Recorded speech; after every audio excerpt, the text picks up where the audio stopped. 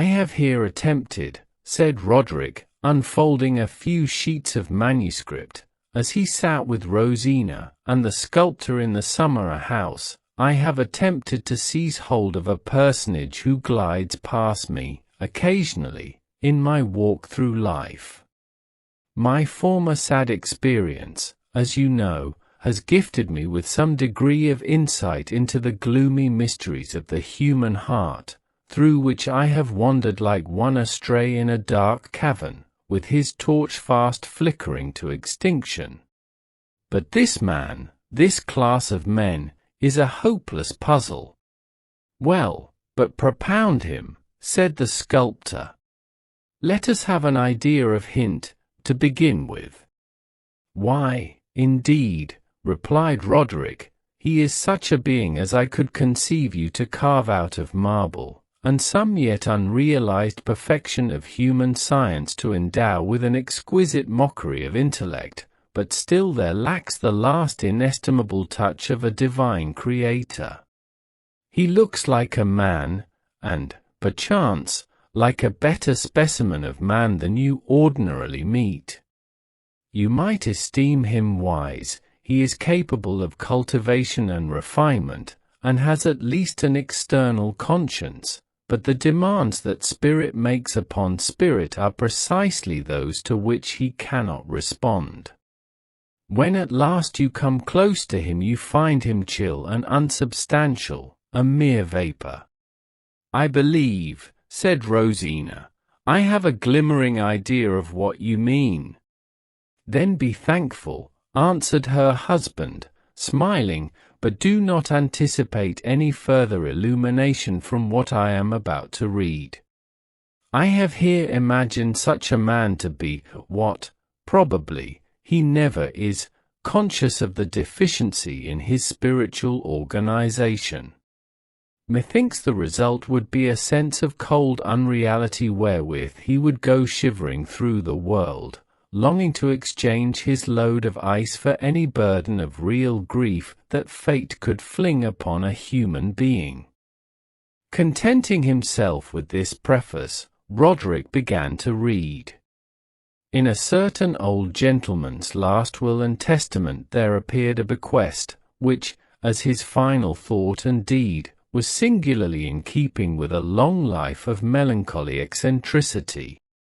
He devised a considerable sum for establishing a fund, the interest of which was to be expended, annually forever, in preparing a Christmas banquet for 10 of the most miserable persons that could be found. It seemed not to be the testator's purpose to make these 60 of sad hearts merry, but to provide that the stern or fierce expression of human discontent should not be drowned, even for that one holy and joyful day, amid the acclamations of festal gratitude which all Christendom sends up. And he desired, likewise, to perpetuate his own remonstrance against the earthly course of Providence, and his sad and sour dissent from those systems of religion or philosophy which either find sunshine in the world or draw it down from heaven. The task of inviting the guests, or of selecting among such as might advance their claims to partake of this dismal hospitality, was confided to the 2 trustees or stewards of the fund. These gentlemen, like their deceased friend, were sombre humorists, who made it their principal occupation to number the sable threads in the web of human life, and drop all the golden ones out of the reckoning. They performed their present office with integrity and judgment. The aspect of the assembled company, on the day of the first festival, might not, it is true, have satisfied every beholder that these were especially the individuals, chosen forth from all the world, whose griefs were worthy to stand as indicators of the mass of human suffering. Yet, after due consideration, it could not be disputed that here was a variety of hopeless discomfort, which, if it sometimes arose from causes apparently inadequate, was thereby only the shrewder imputation against the nature and mechanism of life. The arrangements and decorations of the banquet were probably intended to signify that death in life, which had been the testator's definition of existence. The hall, illuminated by torches, was hung round with curtains of deep and dusky purple, and adorned with branches of cypress and wreaths of artificial flowers, imitative of such as used to be strewn over the dead. A sprig of parsley was laid by every plate. The main reservoir of wine was a sepulchral urn of silver, whence the liquor was distributed around the table in small vases, accurately copied from those that held the tears of ancient mourners. Neither had the stewards, if it were their taste that arranged these details, forgotten the fantasy of the old Egyptians, who seated a skeleton at every festive board, and mocked their own merriment with the imperturbable grin of a death's head. Such a fearful guest, shrouded in a black mantle, sat now at the head of the table. It was whispered, I know not with what truth, that the testator himself had once walked the visible world with the machinery of that same skeleton, and that it was one of the stipulations of his will, that he should thus be permitted to sit, from year to year, at the banquet which he had instituted.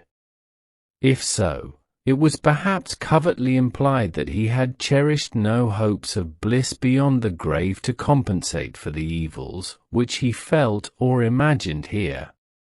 And if, in their bewildered conjectures as to the purpose of earthly existence, the banqueters should throw aside the veil, and cast an inquiring glance at this figure of death, as seeking thence the solution otherwise unattainable, the only reply would be a stare of the vacant eye caverns and a grin of the skeleton jaws.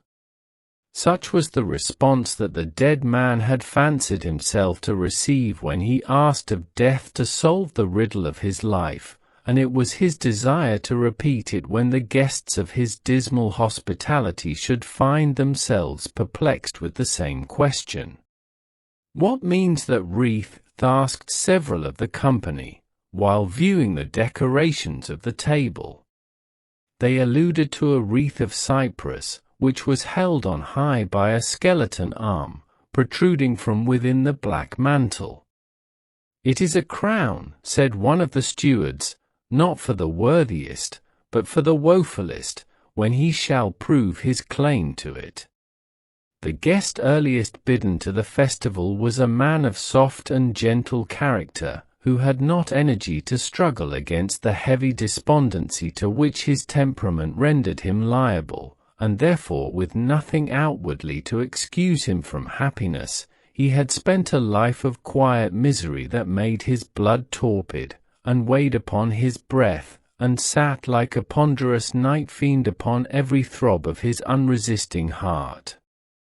His wretchedness seemed as deep as his original nature, if not identical with it. It was the misfortune of a second guest to cherish within his bosom a diseased heart, which had become so wretchedly sore that the continual and unavoidable rubs of the world, the blow of an enemy, the careless jostle of a stranger, and even the faithful and loving touch of a friend, alike made ulcers in it. As is the habit of people thus afflicted, he found his chief employment in exhibiting these miserable sores to any who would give themselves the pain of viewing them. A third guest was a hypochondriac, whose imagination wrought necromancy in his outward and inward world, and caused him to see monstrous faces in the household fire, and dragons in the clouds of sunset, and fiends in the guise of beautiful women, and something ugly or wicked beneath all the pleasant surfaces of nature. His neighbor at table was one who, in his early youth, had trusted mankind too much, and hoped too highly in their behalf, and, in meeting with many disappointments, had become desperately soured. For several years back this misanthrope bad employed himself in accumulating motives for hating and despising his race, such as murder, lust, treachery, ingratitude, faithlessness of trusted friends, instinctive vices of children, impurity of women, hidden guilt in men of saint-like aspect, and, in short, all manner of black realities that sought to decorate themselves with outward grace or glory. But at every atrocious fact that was added to his catalogue, at every increase of the sad knowledge which he spent his life to collect, the native impulses of the poor man's loving and confiding heart made him groan with anguish. Next, with his heavy brow bent downward, there stole into the hall a man naturally earnest and impassioned, who, from his immemorial infancy, had felt the consciousness of a high message to the world, but, essaying to deliver it, had found either no voice or form of speech, or else no ears to listen. Therefore his whole life was a bitter questioning of himself, why have not men acknowledged my mission? Am I not a self-deluding fool? What business have I on earth? Where is my grave? Throughout the festival, he quaffed frequent draughts from the sepulchral urn of wine, hoping thus to quench the celestial fire that tortured his own breast and could not benefit his race. Then there entered, having flung away a ticket for a ball, a gay gallant of yesterday, who had found 4 or 5 wrinkles in his brow, and more grey hairs than he could well number on his head. Endowed with sense and feeling, he had nevertheless spent his youth in folly, but had reached at last that dreary point in life where folly quits us of her own accord, leaving us to make friends with wisdom if we can. Thus, cold and desolate, he had come to seek wisdom at the banquet, and wondered if the skeleton were she. To eke out the company, the stewards had invited a distressed poet from his home in the almshouse, and a melancholy idiot from the street corner. The latter had just the glimmering of sense that was sufficient to make him conscious of a vacancy, which the poor fellow, all his life long, had mistily sought to fill up with intelligence, wandering up and down the streets, and groaning miserably because his attempts were ineffectual. The only lady in the hall was one who had fallen short of absolute and perfect beauty, merely by the trifling defect of a slight cast in her left eye. But this blemish, minute as it was, so shocked the pure ideal of her soul, rather than her vanity, that she passed her life in solitude, and veiled her countenance even from her own gaze. So the skeleton sat shrouded at one end of the table, and this poor lady at the other. One other guest remains to be described. He was a young man of smooth brow, fair cheek, and fashionable mien. So far as his exterior developed him, he might much more suitably have found a place at some merry Christmas table, than have been numbered among the blighted, fate-stricken, fancy-tortured set of ill-starred banqueters. Murmurs arose among the guests as they noted the glance of general scrutiny which the intruder threw over his companions. What had he to do among them? Why did not the skeleton of the dead founder of the feast unbend its rattling joints, arise, and motion the unwelcome stranger from the board? Shameful, said the morbid man, while a new ulcer broke out in his heart. He comes to mock us. We shall be the jest of his tavern friends. He will make a farce of our miseries, and bring it out upon the stage. Oh, never mind him, said the hypochondriac, smiling sourly. He shall feast from yonder tureen of viper soup, and if there is a fricassee of scorpions on the table, pray let him have his share of it. For the dessert, he shall taste the apples of Sodom, Then, if he like our Christmas fare, let him return again next year. Trouble him not, murmured the melancholy man, with gentleness. What matters it whether the consciousness of misery come a few years sooner or later? If this youth deem himself happy now, yet let him sit with us for the sake of the wretchedness to come. The poor idiot approached the young man with that mournful aspect of vacant inquiry which his face continually wore, and which caused people to say that he was always in search of his missing wits. After no little examination he touched the stranger's hand, but immediately drew back his own, shaking his head and shivering. "Cold, cold, cold," muttered the idiot. The young man shivered too, and smiled. "Gentlemen, and you, madam," said one of the stewards of the festival, "do not conceive so ill either of our caution or judgment, as to imagine that we have admitted this young stranger, Gervase Hastings by name, without a full investigation and thoughtful balance of his claims. Trust me, not a guest at the table is better entitled to his seat." The steward's guarantee was perforce satisfactory.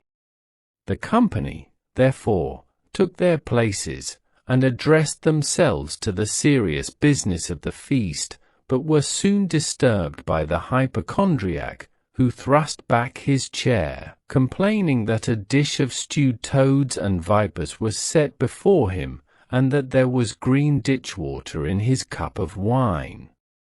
This mistake being amended, he quietly resumed his seat.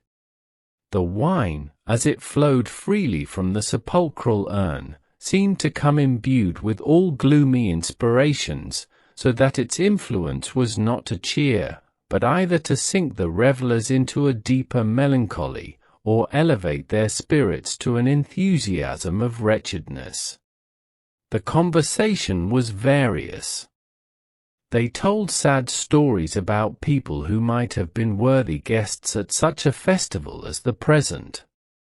They talked of grisly incidents in human history, of strange crimes, which, if truly considered, were but convulsions of agony, of some lives that had been altogether wretched, and of others, which, wearing a general semblance of happiness, had yet been deformed, sooner or later, by misfortune, as by the intrusion of a grim face at a banquet, of deathbed scenes, and what dark intimations might be gathered from the words of dying men, of suicide, and whether the more eligible mode were by halter, knife, poison, drowning, gradual starvation, or the fumes of charcoal. The majority of the guests, as is the custom with people thoroughly and profoundly sick at heart, were anxious to make their own woes the theme of discussion, and prove themselves most excellent in anguish. The misanthropist went deep into the philosophy of evil, and wandered about in the darkness, with now and then a gleam of discoloured light hovering on ghastly shapes and horrid scenery. Many a miserable thought, such as men have stumbled upon from age to age, did he now rake up again, and gloat over it as an inestimable gem, a diamond, a treasure far preferable to those bright, spiritual revelations of a better world, which are like precious stones from heaven's pavement. And then, amid his lore of wretchedness, he hid his face and wept.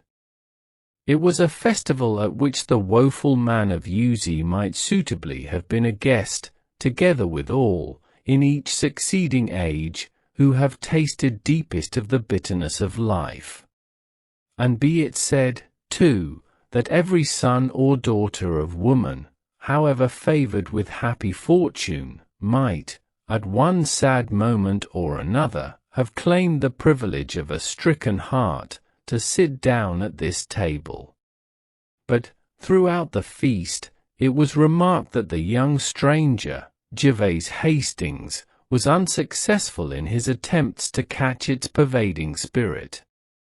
at any deep, strong thought that found utterance, and which was torn out, as it were, from the saddest recesses of human consciousness, he looked mystified and bewildered, even more than the poor idiot, who seemed to grasp at such things with his earnest heart, and thus occasionally to comprehend them. The young man's conversation was of a colder and lighter kind, often brilliant, but lacking the powerful characteristics of a nature that had been developed by suffering. "Sir," said the misanthropist, bluntly, in reply to some observation by Gervase Hastings, "pray do not address me again. We have no right to talk together. Our minds have nothing in common. By what claim you appear at this banquet I cannot guess, but methinks, to a man who could say what you have just now said, my companions and myself must seem no more than shadows flickering on the wall. And precisely such a shadow are you to us." The young man smiled and bowed, but, drawing himself back in his chair, he buttoned his coat over his breast, as if the banqueting ball were growing chill. Again the idiot fixed his melancholy stare upon the youth, and murmured, "Cold! Cold! Cold!" The banquet drew to its conclusion, and the guests departed. Scarcely had they stepped across the threshold of the hall, when the scene that had there passed seemed like the vision of a sick fancy, or an exhalation from a stagnant heart. Now and then, however, during the year that ensued, these melancholy people caught glimpses of one another, transient, indeed, but enough to prove that they walked the earth with the ordinary allotment of reality. Sometimes a pair of them came face to face, while stealing through the evening twilight, enveloped in their sable cloaks. Sometimes they casually met in churchyards. Once, also, it happened that two of the dismal banqueters mutually started at recognizing each other in the noonday sunshine of a crowded street, stalking there like ghosts astray. Doubtless they wondered why the skeleton did not come abroad at noonday too. But whenever the necessity of their affairs compelled these Christmas guests into the bustling world, they were sure to encounter the young man who had so unaccountably been admitted to the festival. They saw him among the gay and fortunate, they caught the sunny sparkle of his eye, they heard the light and careless tones of his voice, and muttered to themselves with such indignation as only the aristocracy of wretchedness could kindle, "The traitor! The vile impostor! Providence, in its own good time, may give him a right to feast among us." But the young man's unabashed eye dwelt upon their gloomy figures as they passed him, seeming to say, perchance with somewhat of a sneer, "First, know my secret, then measure your claims with mine."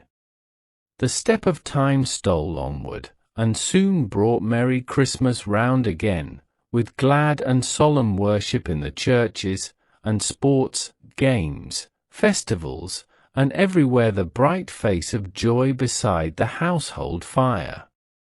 Again likewise the hall, with its curtains of dusky purple, was illuminated by the death torches gleaming on the sepulchral decorations of the banquet.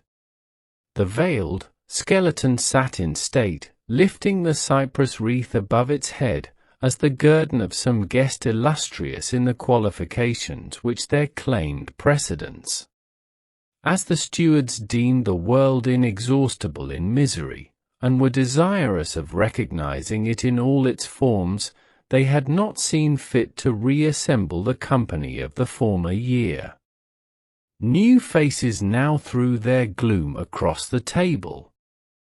There was a man of nice conscience, who bore a blood-stain in his heart, the death of a fellow creature, which, for his more exquisite torture, had chanced with such a peculiarity of circumstances, that he could not absolutely determine whether his will had entered into the deed or not. Therefore, his whole life was spent in the agony of an inward trial for murder, with a continual sifting of the details of his terrible calamity, until his mind had no longer any thought, nor his soul any emotion, disconnected with it.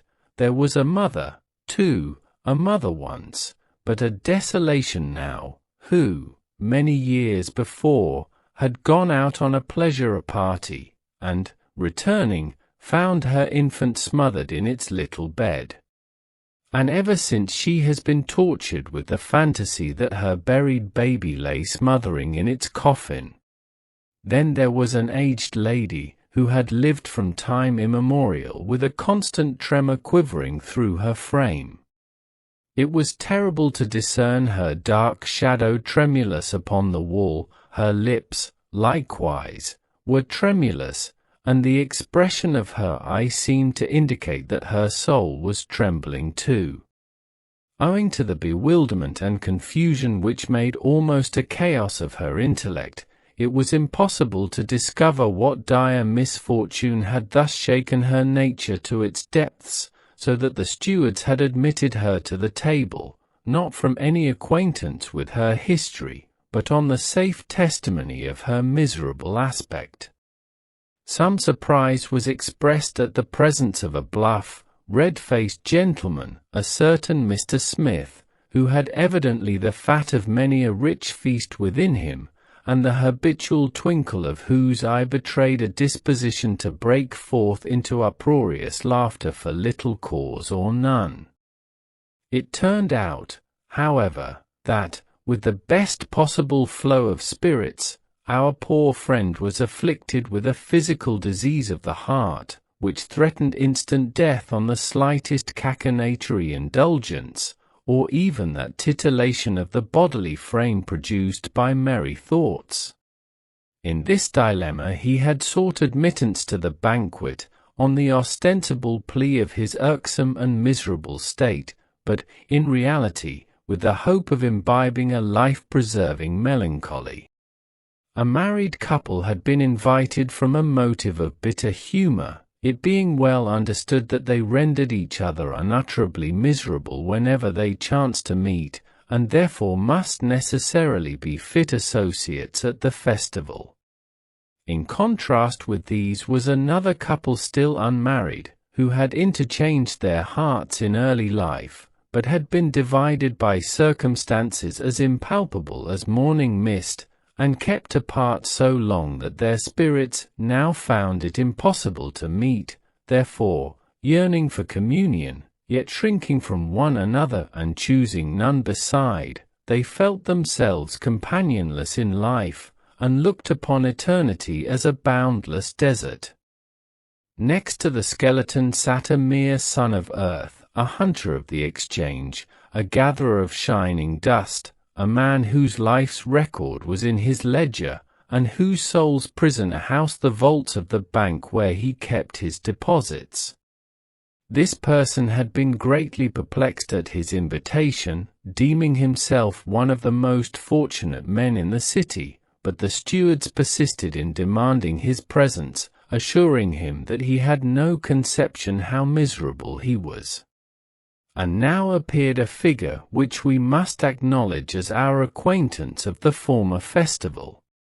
It was Gervase Hastings, whose presence had then caused so much question and criticism, and who now took his place with the composure of one whose claims were satisfactory to himself and must needs be allowed by others. Yet his easy and unruffled face betrayed no sorrow. The well-skilled beholders gazed a moment into his eaves, and shook their heads, to miss the unuttered sympathy, the countersign never to be falsified, of those whose hearts are cavern mouths through which they descend into a region of illimitable woe, and recognize other wanderers there. "Who is this youth?" asked the man with a blood-stain on his conscience. "Surely he has never gone down into the depths." I know all the aspects of those who have passed through the dark valley. By what right is he among us? Ah, it is a sinful thing to come hither without a sorrow, murmured the aged lady, in accents that partook of the eternal tremor which pervaded her whole being. Depart, young man. Your soul has never been shaken, and, therefore, I tremble so much the more to look at you. His soul shaken? No, I'll answer for it, said bluff Mr. Smith, pressing his hand upon his heart and making himself as melancholy as he could, for fear of a fatal explosion of laughter. I know the lad well. He has as fair prospects as any young man about town, and has no more right among us miserable creatures than the child unborn. He never was miserable, and probably never will be. Our honoured guests, interposed the stewards, pray have patience with us, and believe, at least, that our deep veneration for the sacredness of this solemnity would preclude any wilful violation of it. Receive this young man to your table.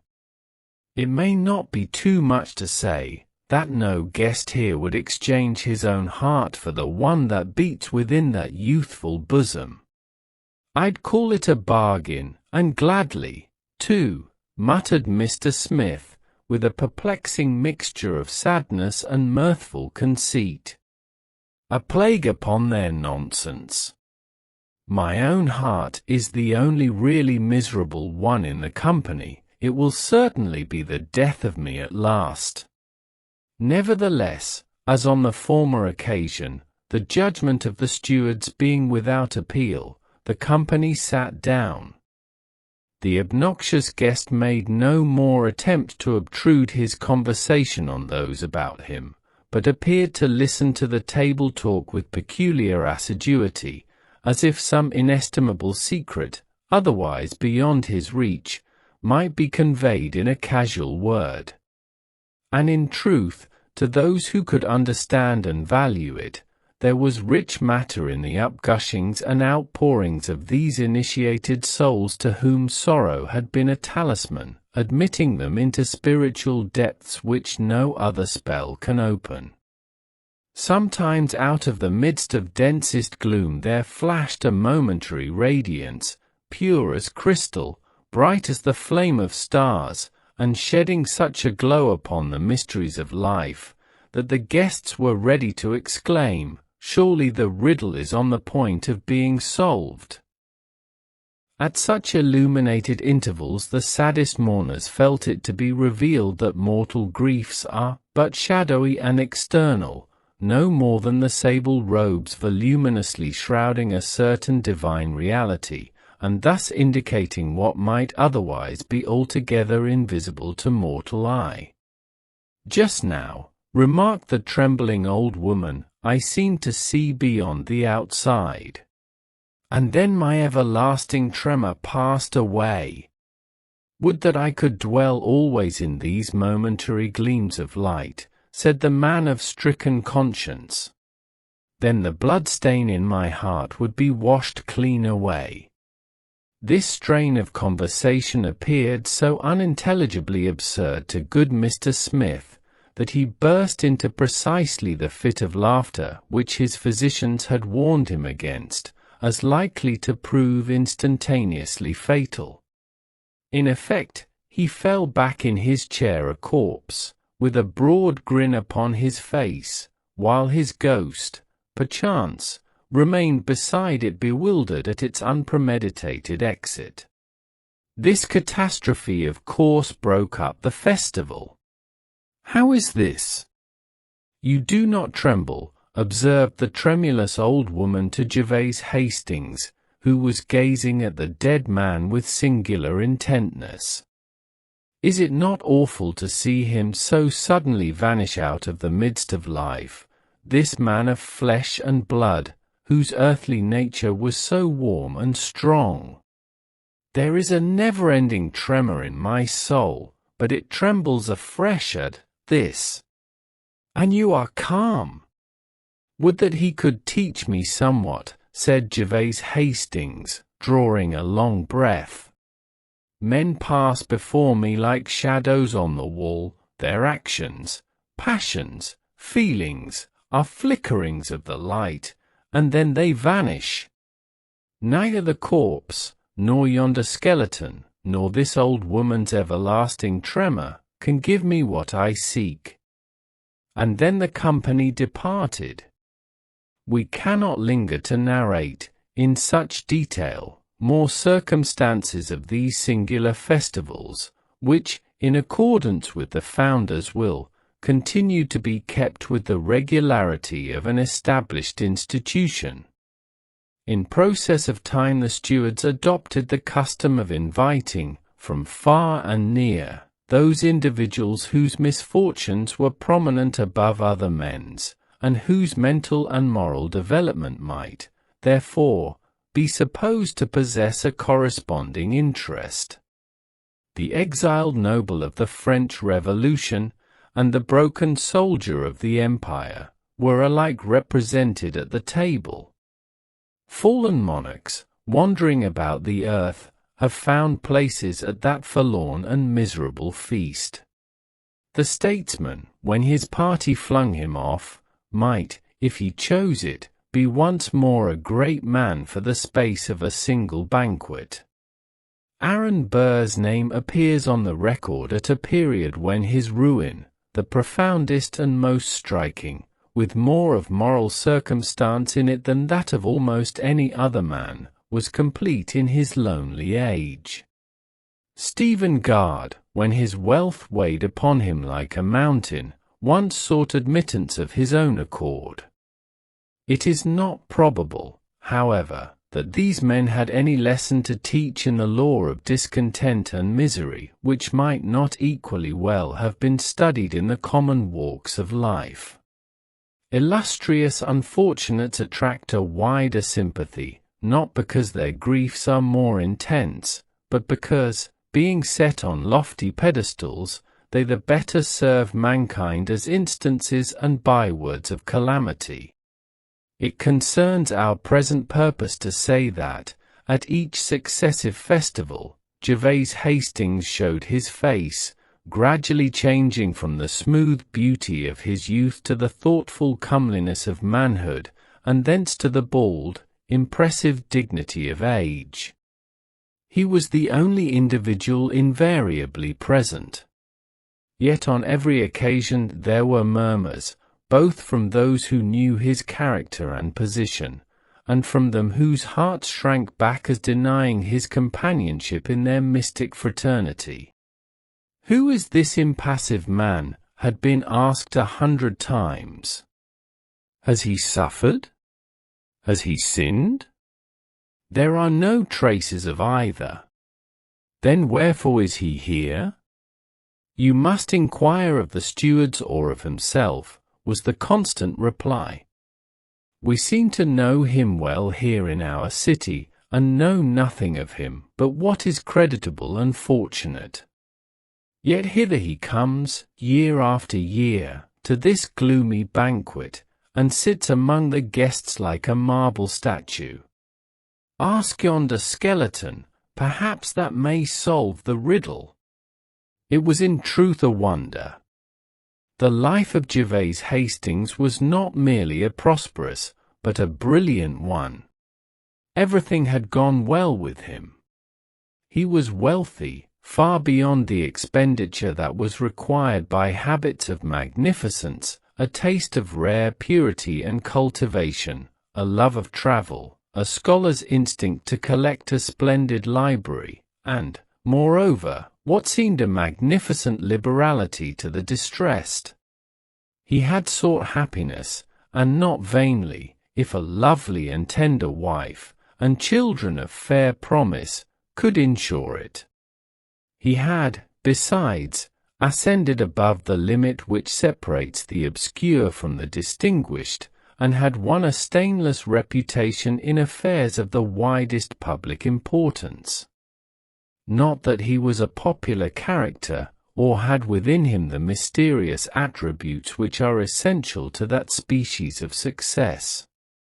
To the public he was a cold abstraction, wholly destitute of those rich lines of personality, that living warmth, and the peculiar faculty of stamping his own heart's impression on a multitude of hearts, by which the people recognize their favorites. And it must be owned that, after his most intimate associates had done their best to know him thoroughly, and love him warmly, they were startled to find how little hold he had upon their affections. They approved, they admired, but still in those moments when the human spirit most craves reality, they shrank back from Gervase Hastings, as powerless to give them what they sought. It was the feeling of distrustful regret with which we should draw back the hand after extending it, in an elusive twilight, to grasp the hand of a shadow upon the wall. As the superficial fervency of youth decayed, this peculiar effect of Gervase Hastings's character grew more perceptible. His children, when he extended his arms, came coldly to his knees, but never climbed them of their own accord. His wife wept secretly, and almost adjudged herself a criminal because she shivered in the chill of his bosom. He, too, occasionally appeared not unconscious of the chillness of his moral atmosphere, and willing, if it might be so, to warm himself at a kindly fire. But age stole onward and benumbed him more and more.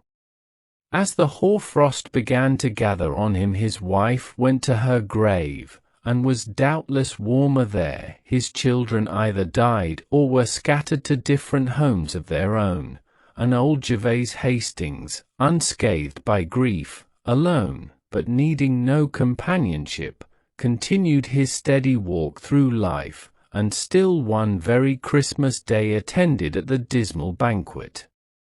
His privilege as a guest had become prescriptive now. Had he claimed the head of the table, even the skeleton would have been ejected from its seat.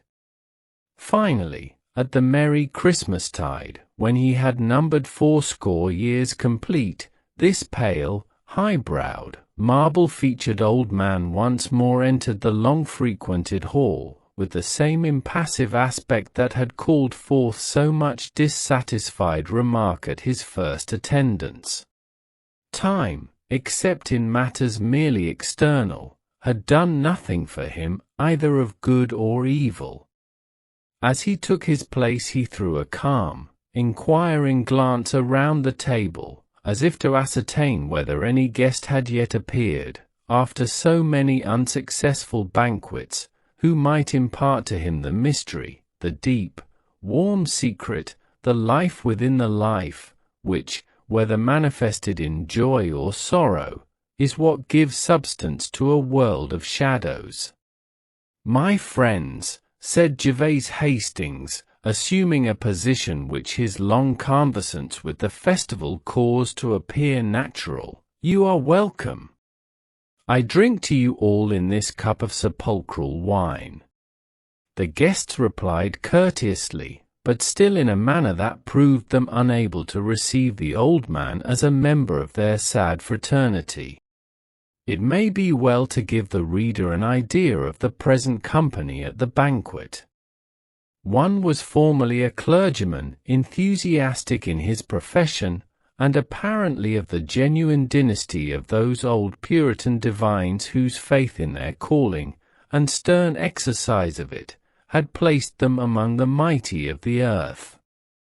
But yielding to the speculative tendency of the age, he had gone astray from the firm foundation of an ancient faith, and wandered into a cloud region, where everything was misty and deceptive, ever mocking him with a semblance of reality, but still dissolving when he flung himself upon it for support and rest. His instinct and early training demanded something steadfast, but, looking forward, he beheld vapors piled on vapors, and behind him an impassable gulf between the man of yesterday and today, on the borders of which he paced to and fro, sometimes wringing his hands in agony, and often making his own woe a theme of scornful merriment. This surely was a miserable man. Next, there was a theorist, one of a numerous tribe, although he deemed himself unique since the creation, a theorist, who had conceived a plan by which all the wretchedness of earth, moral and physical, might be done away, and the bliss of the millennium at once accomplished. But, the incredulity of mankind debarring him from action, he was smitten with as much grief as if the whole mass of woe which he was denied the opportunity to remedy were crowded into his own bosom. A plain old man in black attracted much of the company's notice, on the supposition that he was no other than Father Miller, who, it seemed, had given himself up to despair at the tedious delay of the final conflagration. Then there was a man distinguished for native pride and obstinacy, who, a little while before, had possessed immense wealth, and held the control of a vast moneyed interest, which he had wielded in the same spirit as a despotic monarch would wield the power of his empire, carrying on a tremendous moral warfare, the roar and tremor of which was felt at every fireside in the land. At length came a crushing ruin, a total overthrow of fortune, power, and character, the effect of which on his imperious and, in many respects, noble and lofty nature might have entitled him to a place, not merely at our festival, but among the peers of pandemonium. There was a modern philanthropist, who had become so deeply sensible of the calamities of thousands and millions of his fellow creatures, and of the impracticableness of any general measures for their relief, that he had no heart to do what little good lay immediately within his power, but contented himself with being miserable for sympathy. Near him sat a gentleman in a predicament hitherto unprecedented, but of which the present epoch probably affords numerous examples. Ever since he was of capacity to read a newspaper, this person had prided himself on his consistent adherence to one political party, but, in the confusion of these latter days, had got bewildered and knew not whereabouts his party was. This wretched condition, so morally desolate and disheartening to a man who has long accustomed himself to merge his individuality in the mass of a great body, can only be conceived by such as have experienced it. His next companion was a popular orator who had lost his voice, and, as it was pretty much all that he had to lose, had fallen into a state of hopeless melancholy. The table was likewise graced by two of the gentler sex, one, a half-starved, consumptive sempstress, the representative of thousands just as wretched, the other, a woman of unemployed energy, who found herself in the world with nothing to achieve, nothing to enjoy, and nothing even to suffer. She had, therefore, driven herself to the verge of madness by dark breedings over the wrongs of her sex, and its exclusion from a proper field of action. The roll of guests being thus complete, a side table had been set for 3 or 4 disappointed office-seekers, with hearts as sick as death, whom the stewards had admitted partly because their calamities really entitled them to entrance here, and partly that they were in especial need of a good dinner. There was likewise a homeless dog, with his tail between his legs, licking up the crumbs and gnawing the fragments of the feast, such a melancholy cur as one sometimes sees about the streets without a master, and willing to follow the first that will accept his service. In their own way, these were as wretched a set of people as ever had assembled at the festival. There they sat, with the veiled skeleton of the founder holding aloft the cypress wreath, at one end of the table, and at the other, wrapped in furs, the withered figure of Gervase Hastings, stately, calm, and cold, impressing the company with awe, yet so little interesting their sympathy that he might have vanished into thin air without their once exclaiming, "Whither is he gone?" "Sir," said the philanthropist, addressing the old man, "you have been so long a guest at this annual festival, and have thus been conversant with so many varieties of human affliction, that, not improbably, you have thence derived some great and important lessons. How blessed were your lot could you reveal a secret by which all this mass of woe might be removed!" "I know of but one misfortune," answered Gervase Hastings, quietly, "and that is my own."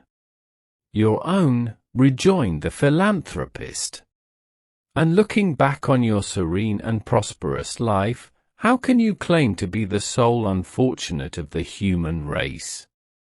"You will not understand it," replied Gervase Hastings, feebly, and with a singular inefficiency of pronunciation, and sometimes putting one word for another. "None have understood it, not even those who experience the like. It is a chillness, a want of earnestness, a feeling as if what should be my heart were a thing of vapor, a haunting perception of unreality.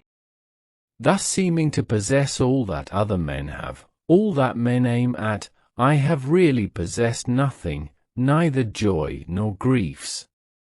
All things, all persons, as was truly said to me at this table long and long ago, have been like shadows flickering on the wall.